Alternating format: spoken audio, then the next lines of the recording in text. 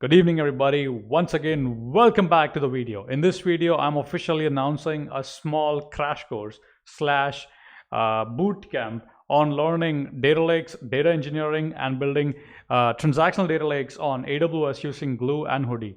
This is a course for any beginners who wants to learn about being a data engineer and wants to build transactional data lake. This course will cover everything, all about the theory part, the practical aspects, and the labs. I have more than about 120 videos on AWS Glue and Apache Hudi, but these videos are on specific topic. In this playlist, what I want to do is right from this playlist, I will be organizing all the videos for beginners. So now you can follow along with me and learn the core concepts that is needed. In this course, we're going to learn about Apache Hudi, copy on write. We're going to learn about MOR tables. Then we're going to learn about pre-com key. We're going to learn about various indexes. In Hudi, we are also going to explore clustering.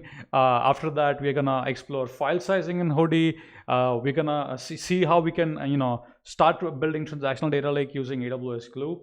I will be showing you incremental data processing. I'll be showing you how to use HiveSync tool. I'll be showing you how to use AWS Glue crawlers on the Hudi data lakes, right? I will show you how to consume data from Hudi, maybe power some downstream application.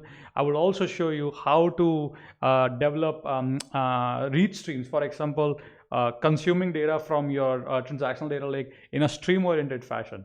So all of that would be there in the video. So I hope you guys are excited. This would be a brand new playlist on my YouTube. It's absolutely free. You don't have to pay a penny or a dime.